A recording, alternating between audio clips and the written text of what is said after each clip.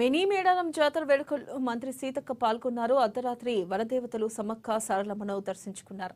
ఈ సందర్భంగా గిరిజన సాంప్రదాయ డోలు వాయిద్యాల మధ్య గిరిజనులతో కలిసి మంత్రి నృత్యం చేశారు. అమ్మల గద్దెలపై మొక్కులు చెల్లించుకుని రాష్ట్ర ప్రజలంతా సుఖశాంతులతో ఉండాలని కోరుకున్నట్లుగా వెల్లడించారు. సంస్కృతి సాంప్రదాయాల గొప్పతనాన్ని ప్రతిబింబించే ఈ పవిత్ర జాతరలో పాల్గొనడం చాలా సంతోషంగా ఉందని చెప్పారు.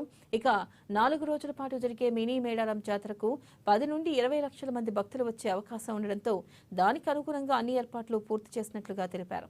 అత్యవసర సమయాల్లో ఇబ్బందులకు గురయ్యే వారిని జిల్లా కేంద్రానికి తరలించడానికి వాహనాలు సిద్ధంగా ఉంచుకోవాలని వైద్య శాఖ సిబ్బందికి సూచించారు.